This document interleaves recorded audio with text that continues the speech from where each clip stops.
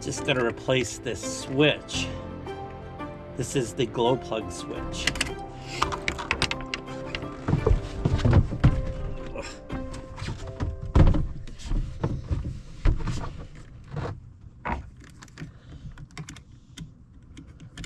Oh, shoot.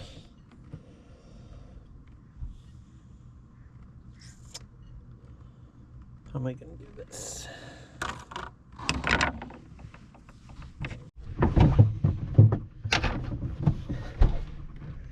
I didn't notice these wires have the wrong endings.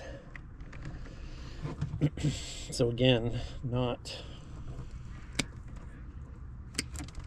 the ideal way to do this, but I just don't have a choice. Because I need glow plugs to make this diesel work. Okay, so where am I at here? Oh, I need to tell you the story of the tender, because you were all curious about what happened to the tender. And as it turns out, the video left off last where I just say, hey, I have to go look for my tender. And so I cycled down here to the boatyard. The very first person that I came across was Stratos. I came looking for him. And I said, hey, have you noticed a tender going around? And instantly his eyes sort of lit up and he's like, yes. So anyways, I found the tender. It had just drifted off, and somebody had found it and they just tied it up to their boat out in the harbor there. So I have my tender back. So it was kind of it was kind of a boring story, as it turns out, but it was kind of funny when we finished fixing that forestay and Steven said, well, you got a tender, don't you? And I was like, yeah, it's right.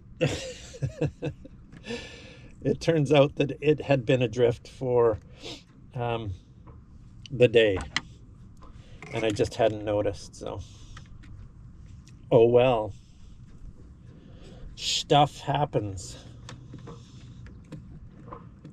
I guess with just everything that I have going on, I'm gonna laugh at myself a little bit and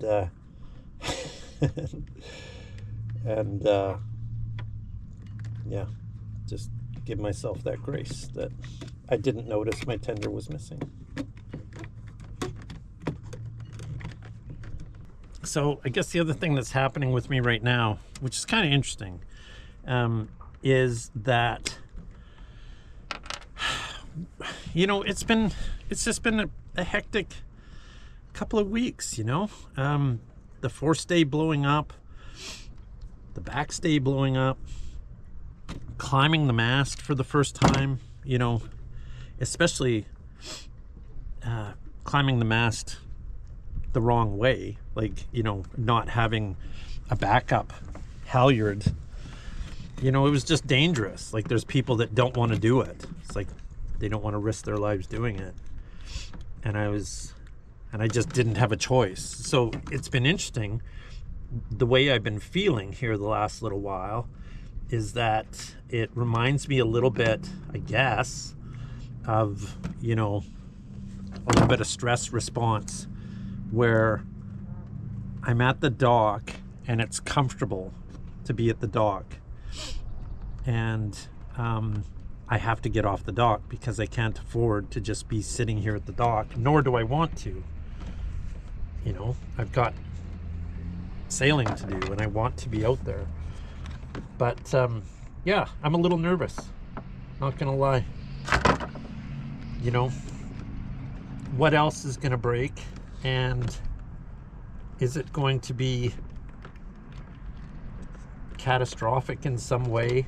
I mean, the answer is no, but I don't know, just gets nervous. I guess if you've got a car or some vehicle that's always broken, you know, you're just dreading the next time that you go out and use it, it's gonna break again, right? So that's kind of where I'm at.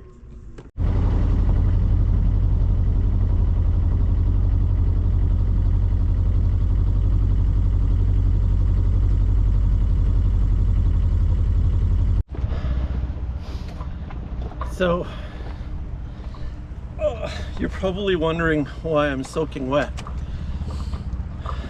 I pulled up to the government dock, and I saw it was reserved. I'd hopped off, I was gonna tie up. I saw it was reserved, and so I just quickly decided to hop back off.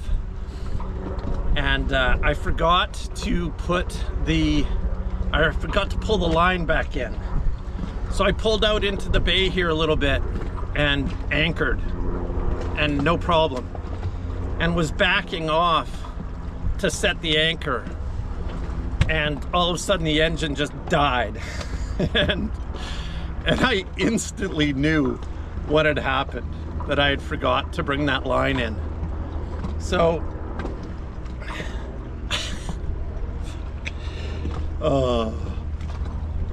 it's freaking cold, man. So of course I have a dry suit, but the zipper is so hard to reach. I tied a line to it. I tried putting my dry suit on and I couldn't get it zipped up. So I was just like, forget it. I just have to, it's gonna hurt. I just told myself over and over again, this is gonna hurt. And so I went down underneath the boat. I just put a mask on. I didn't grab a snorkel or anything. I just grabbed a knife and my mask. And cut the line away from the prop shaft, and just checked it out now to make sure it works, and it works. So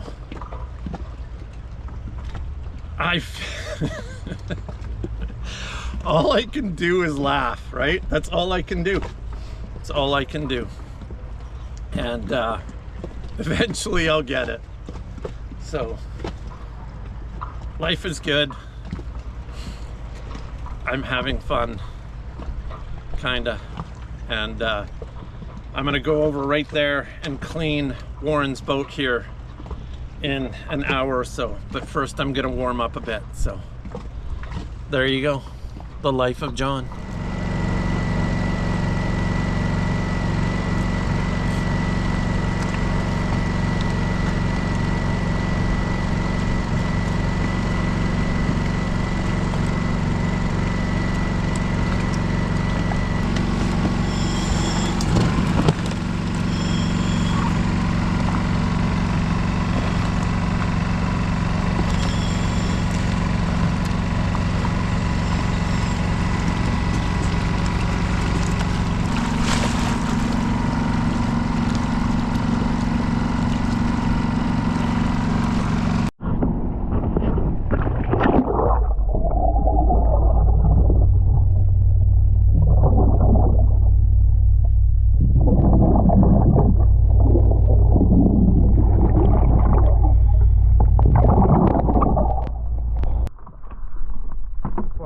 I need some gloves.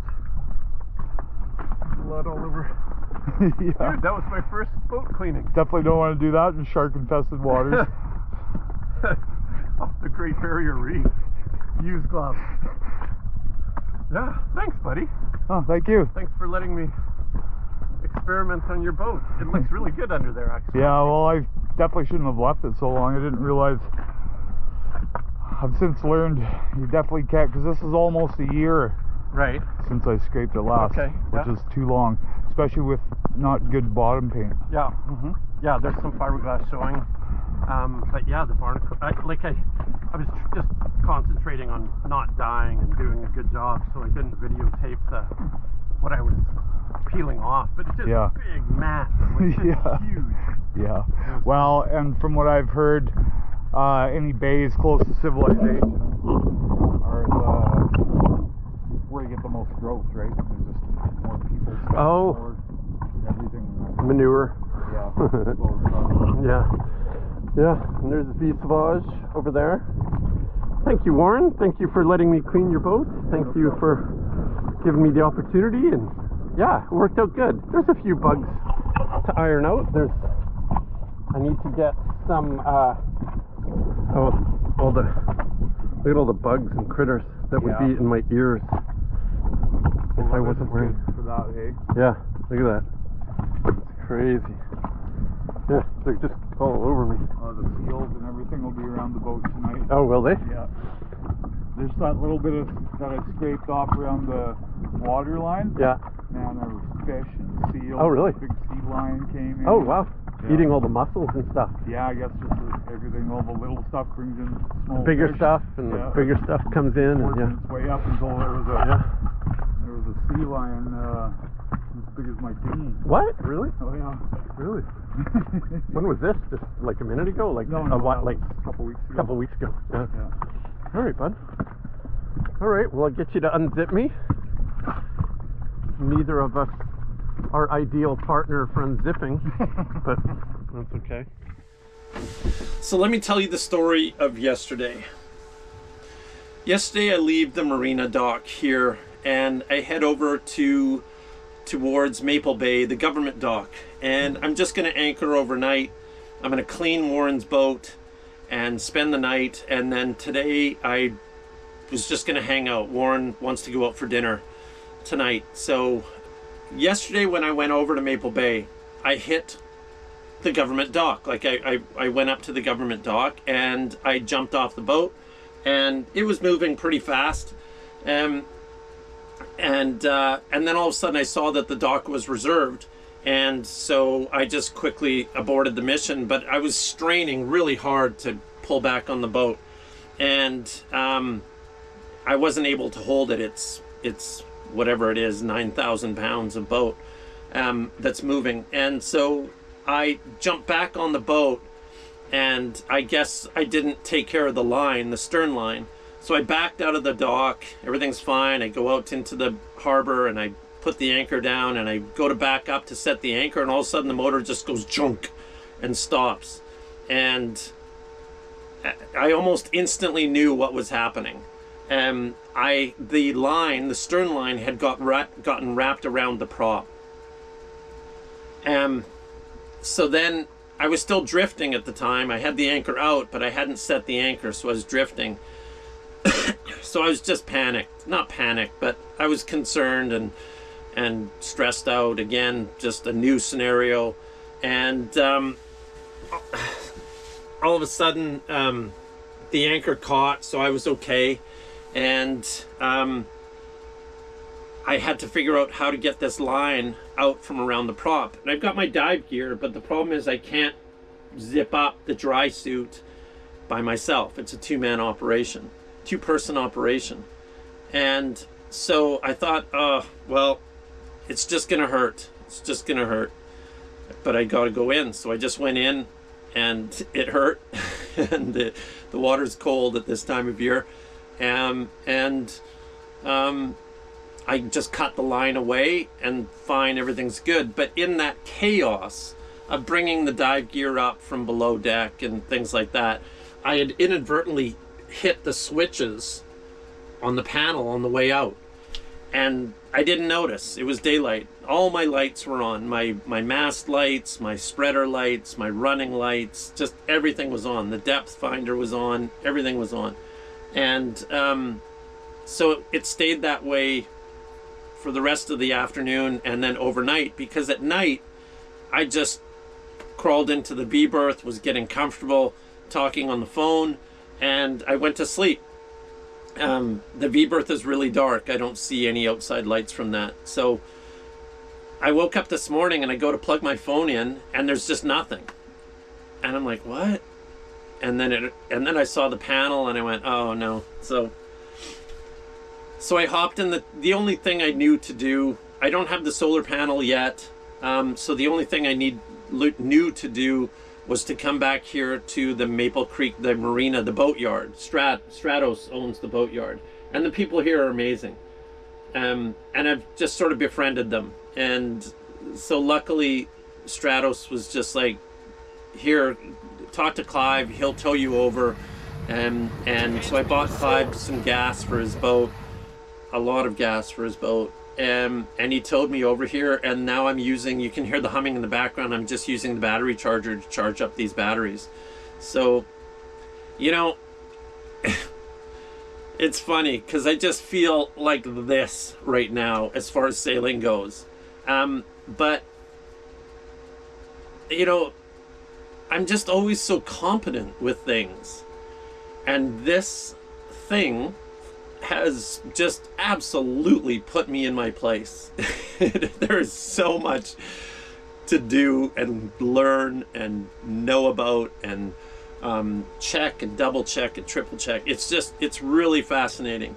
And so, you know, another mistake made, another lesson learned, you know, just do rounds before you go to sleep at night. Make sure everything's good. Check the batteries. I installed that battery minder so I can check, right? Like, that would have been so easy. Just get in the habit of check the batteries before you go to bed. So yeah, lots of things like that to go on about. And now I see smoke coming from the batteries, so. Scabbard. And written on the handle, it's Captain Hardy. Right. Right? Yeah. So I'm holding this sword that was beside Nelson Admiral Nelson. when he died. Oh my gosh. Right? That's amazing. Yeah. Clive, that's amazing. I cried. Yeah, right? You were that was such a part of history. It was a passionate thing for me too. Right? That's amazing. What a story. So anyways, I'm getting towed back to the yard, and they've got a booster charger that can hook me up. So, you know, once again, the universe is just testing me with all of these things that I don't know.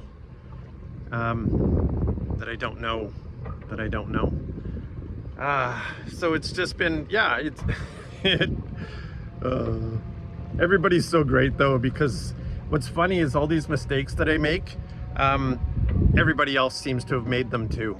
And it's just part of life, dealing with living in an environment that, you know, we're not necessarily supposed to be living in. You know, the ocean is hard and this equipment breaks down, and there's so many logistical things to consider. And so it's just really complicated. It is a lot more complicated than I thought it was going to be. The sailing part, everything. Okay, oh, Clive is telling me to shorten the line here. All right, just leaving Maple Bay, heading towards Burgoyne Bay on Salt Spring Island, I've decided. Just gonna tootle around there. There's some hiking trails and things, and it looks to me like I can bike all the way to, is it Fulford? I'll have to double check that name of that town. But anyways, looks like it might be a nice bike ride through some farm country to get to a town to resupply. So yeah, my stint in Maple Bay appears to be over. And yeah, I'm a little sad about it. So, update on the tender. I found it, and I guess what had happened is that I had simply not tied it well enough. And then on the breakwater of the marina at the yacht club, it gets really rough, and it had just come loose, and so somebody had found it nearby. So anyway, so that was a happy ending to that story. I'm glad that I was able to get that back.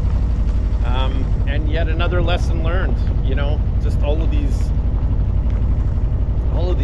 silly mistakes that I'm not used to making in my life. And it just, yeah, when you're sailing and doing things that are new, they just come to bear.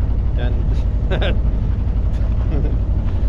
they're coming to bear often here lately. Just have to make sure there's no float planes coming in.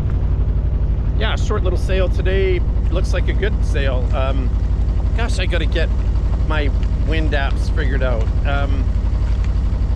It's telling me that I've got no wind for sailing, but there's plenty of wind for sailing, so.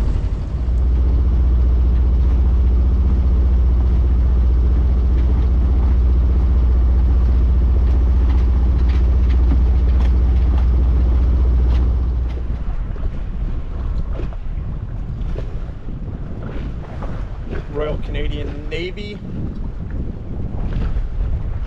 So it feels good to be back out sailing again. Not gonna lie, confidence was shaking a little, but yeah, back out in the wind, moving for free.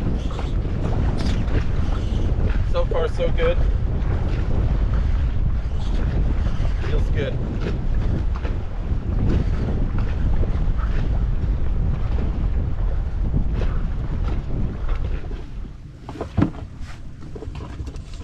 Just put the auto steer on. Yeah, it's funny, the sort of the emotions that you go through, or that I go through. I guess I can't speak for anybody else, but the emotions that I go through when I'm doing this, all of this stuff that's so far outside of my comfort zone. I don't even know if that's accurate to say, outside of my comfort zone. Yeah, no, I guess I wouldn't go that far, but it's just so new.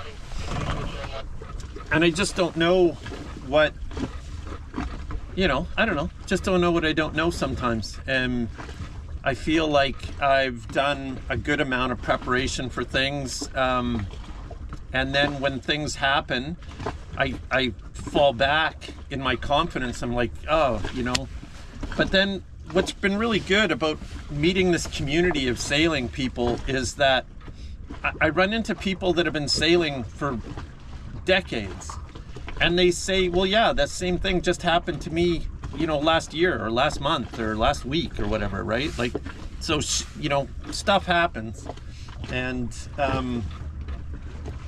that's just a function of being out in this environment, which is so unforgiving, and dealing with equipment, dealing with machinery, and machinery breaks. I mean, I spent a lifetime on the farm knowing that to be the truth. So you combine those two things, and then you add on top of that the idea that you've never been here. Like, this isn't home. I don't know what's over that next hill. I don't know what's around the corner. And it's all of these things that you know, give you that sense of adventure. Like, yeah, I'm sailing up this narrows right here, and I can see on a map what's there, but I don't know what it looks like. I don't know what to expect, and that's the exciting part. I think what's happening with me, what I'm noticing, is that if I get if my confidence gets knocked back a bit with something that goes wrong, maybe I beat myself up, but I'm stopping that. It's been really good. I've been reading Marcus Aurelius and sort of getting into Stoicism. My friend Daniel and a few other people have been leading me down this path to you know, to sort of get in touch with Stoicism and self-love and self-gratification and things like that. And that's been a real help, actually, because I might get down on myself, but then I just remind myself that that's okay. And, you know, if I make a mistake, it's okay. I can forgive that. I love you, dude. You got this. And so in adopting that attitude, it makes things go a little easier, a lot easier. The other thing I noticed too is that when my confidence gets knocked back, if I just hunker down somewhere, that's not good. You know, I was in Maple Bay for 2 weeks, and I felt myself sort of procrastinating. Well, you know, and now that I'm out sailing again, and I'm headed towards Sydney for a very special meeting on the 13th, I just feel great. I feel great. I'm headed towards this destination. I'm headed towards some adventure. So there's 6 days until the 13th. And so I'm going to take those 6 days and I'm going to do some exploring and set out to do some of the things that I wanted to do in this whole lifestyle. I got to get some fishing done. I've been dying to do some fishing. So we'll get up to Burgoyne Bay.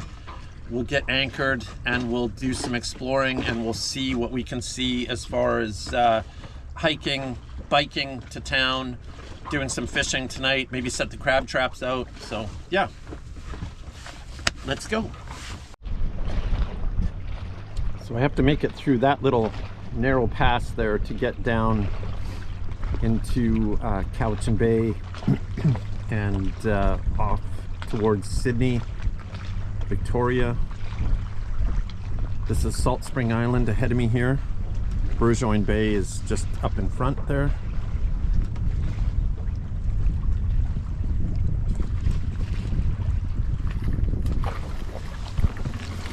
It's just been a beautiful morning of sailing so far, so feels good. Feels very good.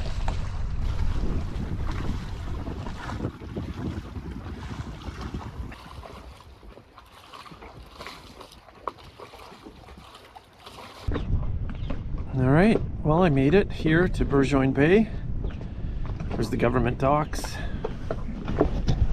This is my, what, third time anchoring, and I nailed it first time. I'm a little close to shore. It's what is it called? Ebbing tide. There's an ebb tide. It's about halfway, and I'm in like 20 feet of water, so I think I'm good. About a 12-foot tide here, so yeah, I got lots of room. I've got I have a 4.5-foot draft, so I think I'm good. Anchor bit well into sand, so it's been such a stressful couple of weeks. I'm just kind of happy to be out somewhere and just nothing to do. I'm going to sleep this afternoon. I'm going to set the anchor alarm and I'm going to sleep, and it's going to be nice. This afternoon, after my nap, I'm going to go explore. I'm going to take the tender over to the government dock there with the bike, and I'm going to hop on the bike and see what I can see. It's a beautiful little cove here. Bald eagles ripping around, doing their thing. There's just a big pack of kayakers that went around the point there. And then, yeah, the government dock there. Looks like there's a trail. I don't know what's up there. I don't know if there's any amenities of any kind. No idea. So, we'll soon find out. Burgoyne Bay, Salt Spring Island, BC. June 7th, 2024.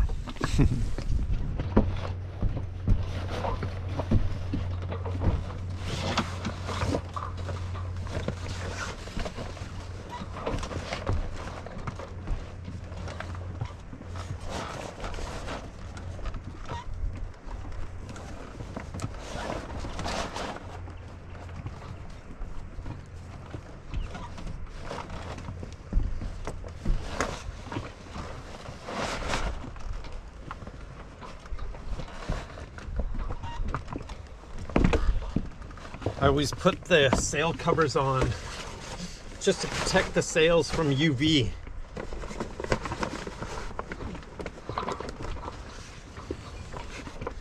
Every day that they're exposed to the sun is a day that they get worn out. And they're expensive. There's the sail cover on, so I just do that to protect the sails from the UV light. And these sails are expensive. I've been lucky enough to find a few sails used, and they're not that expensive. But to get nice, new, crisp sails, yeah, it would be several $1,000s. So yeah, this cheap little piece of fabric protects that. So every chance I get, I make sure that the sails are covered.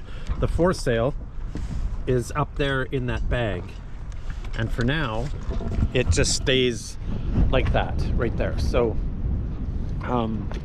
you can get like the roller furler sails for the foresail, and it does the same thing. It just rolls itself up, and then there's an outer layer of UV protecting fabric that rolls up on the outside. So, but I don't have that. That sail's a little worn out, actually. The sail itself is fine, but that actual UV cover has started to come unstitched. So it's just stowed in the V-berth there, underneath the V-berth. So anyways, there you go. That's another task that I do when I get myself to anchor or at a moorage, is make sure the sails are taken care of. 15 boats in the harbor here with me. Yeah, this is exactly what I was envisioning last year at this time when I was just thinking about living this lifestyle. It was this that I was picturing, you know, early morning, sitting out on the deck, just having a coffee and enjoying where I am. And it's just been so much work to get here, and hardship, you know, the stress of getting the boat ready and learning how to sail, and then the stress of the sailboat breaking down, and yeah, it's been a struggle. But things today, things feel bloody amazing. So many interesting and amazing things happening right now to me, and I can't wait to tell you all about them. They'll just come up in time. But yesterday was a good day of sailing from Maple Bay here to Burgoyne. It's Burgoyne Bay. The sailing went perfect. I just had the mainsail up and was cruising along really good. It was a beautiful wind, a perfect wind for a change, which is nice.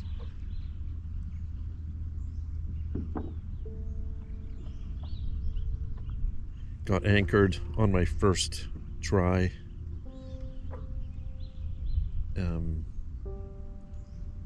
In a good spot. Yeah, just everything worked out yesterday. Yesterday was a good day, and then it just reaffirms things for me. Now just need to make sure that the financial model is together, you know, with the channel, and get it going. So I appreciate your help in subscribing and liking and commenting on these videos. That helps with the algorithm to spread the word. It's also great if you can go and check out the communities on Patreon or the YouTube community as well. That would help as well. But, you know, just share the channel with as many people as you can that would appreciate it. I mean, it doesn't do me any good to have subscribers that don't engage. So, but if you know somebody that might like what I'm doing, get some inspiration from it maybe, or just enjoy some of the adventures that we get into. I feel like I'm just scratching the surface here now. Really want to get going with the wild food here now. Cooking, fishing, crabbing, diving. So anyways, I'm glad you're here with me. I appreciate it. And now I'm just gonna sit and enjoy my coffee.